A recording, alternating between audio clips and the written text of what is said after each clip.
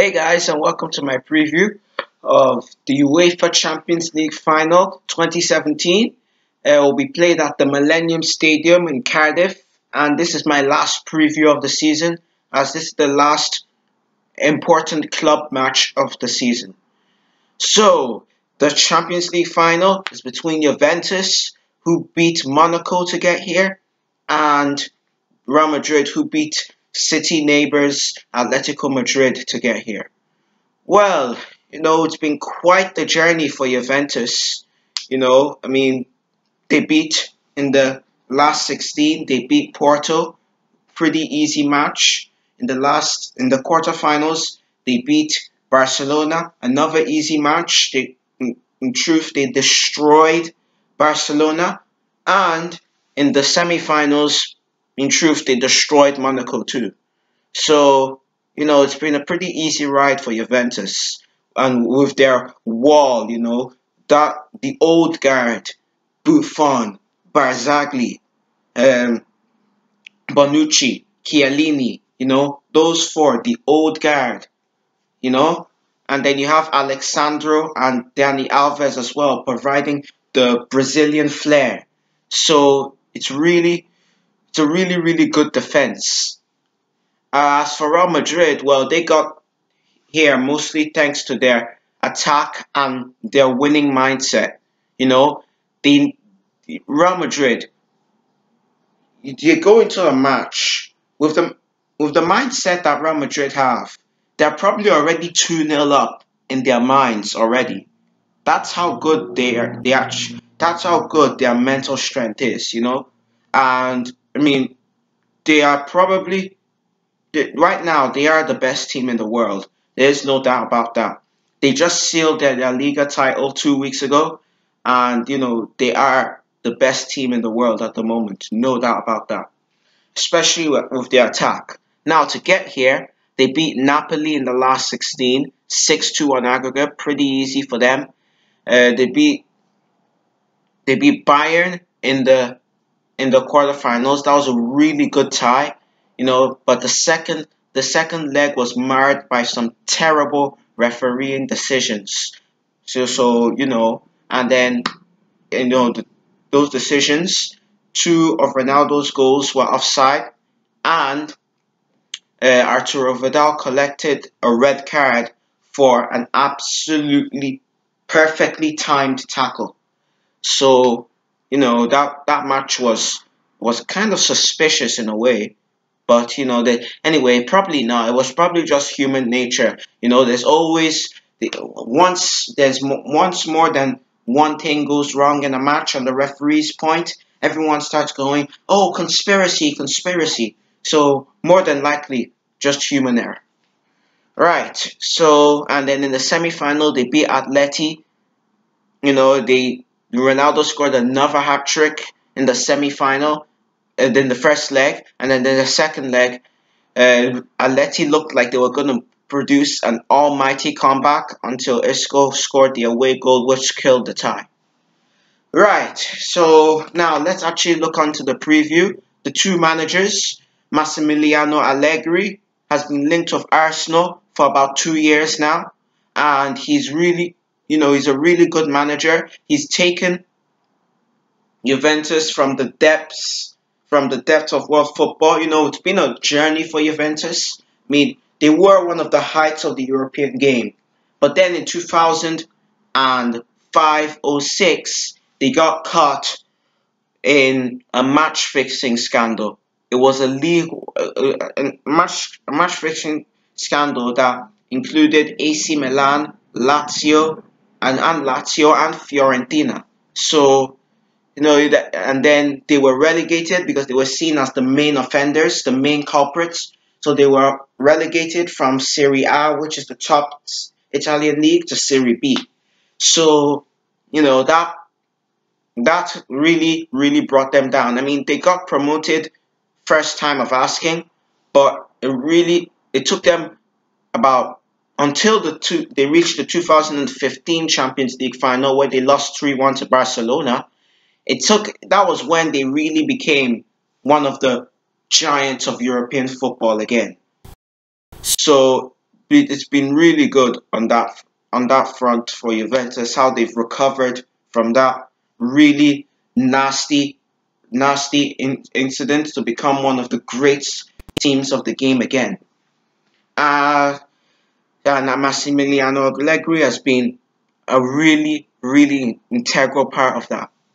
As for Zinedine Zidane, well, since he came to Real Madrid, he's won the UEFA Super Cup, he's won the Club World Cup, he's won the Champions League, he's won La Liga. You know, I have my doubts about him. Let's be totally honest. I have my doubts about him because I have a feeling that he's just lucky to be with really good players. So like maybe a couple of years now, he might have won another Champions League and a couple more La Ligas. So he'll be seen as the best manager in the world, and then he would go to maybe a team like Man City or Chelsea, who are in crisis at the time, and then he won't be able to do anything. So that's my worry for him, that he's not actually a good manager. He's just lucky to have good players.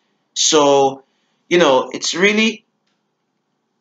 something to think about, to be honest. It really gives me food for thought if he really is a good manager. So let's go to the battles, and the first battle is between Juventus goalkeeper Gianluigi Buffon, one of that famous old guard, and Real Madrid goalkeeper Keylor Navas. Buffon wins this one. He's a more reliable, he's a better goalkeeper. I mean, sorry for Keylor Navas, because if it was any other goalkeeper, probably apart from De Gea and Jan Oblak, then he'll probably be winning this. But he's Buffon. He's the best goalkeeper in the world right now. He really is that good at the moment. So just Buffon wins that easily. Now the only defensive battle: Giorgio Chiellini versus Sergio Ramos. These are two warriors. Two absolute warriors of defense. Both World Cup winners. Both won many titles of their current club.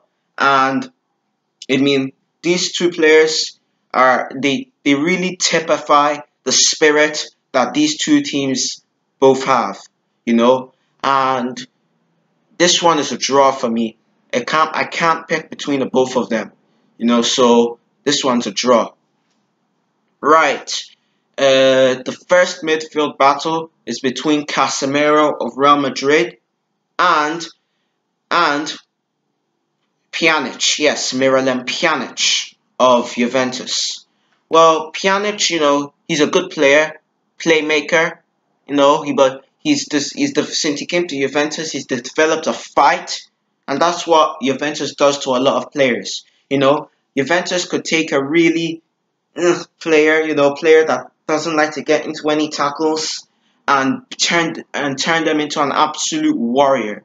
So that's pretty much what's happened with Miralem Pjanic. But Casemiro wins this battle because Casemiro he's really strong. In this position, he's one of the best in the world at the moment. He doesn't have many off days. One of his few off days was the El Clasico a few weeks ago. But, there are not many of them. And he really is a very consistent player. And his work often goes unnoticed. So, I'm noticing it now. Right. The second midfield battle is between Luka Modric of Real Madrid and Paulo Dybala of Juventus. Well, Paulo Dybala, he's not exactly he's not a midfielder. Okay, he's not a midfielder, but he has the qualities to play in that midfield position, which is why I'm selecting him as he's kind of false nine, but that still makes him a midfielder. So I'm selecting him as my midfielder in this. and he can also play right wing, left wing. He can play number 10. So that's why I'm able to select him for this. And Luka Modric, well, he's a player that I've admired for some time, especially going back to his Tottenham days.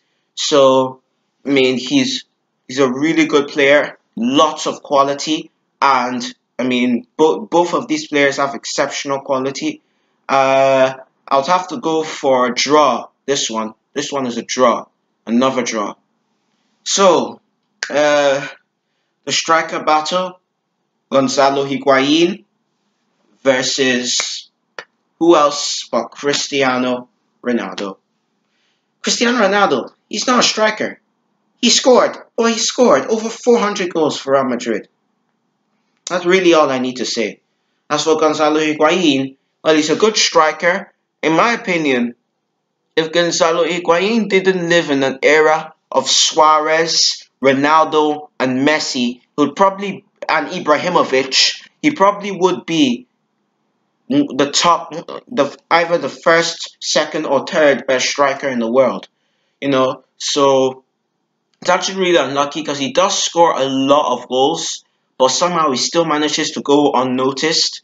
Because he doesn't score that many special goals. Like, I mean, he could score like 20 goals within 8 months. Then Dybala would score about 10 goals, but all of them would be screamers, and you'd hear all about them. So he kind of goes under the radar, despite the fact that he's a striker. And my mom often says that strikers get all the glory and defenders don't. Well, in this occasion, he's a striker that often doesn't get all the glory. So, as for Cristiano Ronaldo, if there's anything he does do, it's get all the glory. It really is that simple. He scored, and he deserves the glory he gets too. He scores in the important games, and every time they say, oh, he's coming to the end of his career now, he just explodes again. I mean, sure, he didn't score this season as many goals as he did 2 seasons ago, but he's still having an immense effect on the team, and he's saving his best performances for the big games. Hat-trick against Bayern, 2 hat-tricks against Atleti. I mean, he does save his best performances for the big games. And it does. Oh yeah, don't forget, he still scored 2 in that first leg against Bayern. So, I mean, he does save his best moments for the big games, and that's why he wins this battle. So, the battle goes 2-1 to Real Madrid. And you know what? I think the score will be exactly the same. 2-1 to Real Madrid. You guys can preview. So, yeah, you can predict the scoreline here, wherever the eye pops up. It should pop up right about now. So you guys can predict whether it's going to be a draw, a Juventus win, or a Real Madrid win. Let me just say that, to be honest, if it's for football, I want Juventus to win. But fairy tales, for football, I want Real Madrid to win. But as for fairy tales, Juventus. Because, I mean, Gianluigi Buffon, he's never won the Champions League. Imagine, the guy's played football for 20 years. He's never won the Champions League. When this guy started playing football, Monaco's Kylian Mbappe wasn't born. And he's never won the Champions League. So if Juventus won, I'd be happy for the guy. But for football, honestly, I want Real Madrid to win. But if I had to be neutral again, I still go for Real Madrid, because despite Juventus having this huge wall that many teams can't get past, Real Madrid, I mean, let's just say, okay, so they start up front with Bale, Benzema, and Ronaldo. So if Bale, inevitably gets injured, or Benzema's not doing well, they could bring on Morata, Isco, Vasquez, James. I mean, Asensio as well. So they have so many options that it's just impossible to see Juventus shutting them out completely. All right. I hope you've enjoyed this preview. Thank you for watching and see you next time. Bye bye.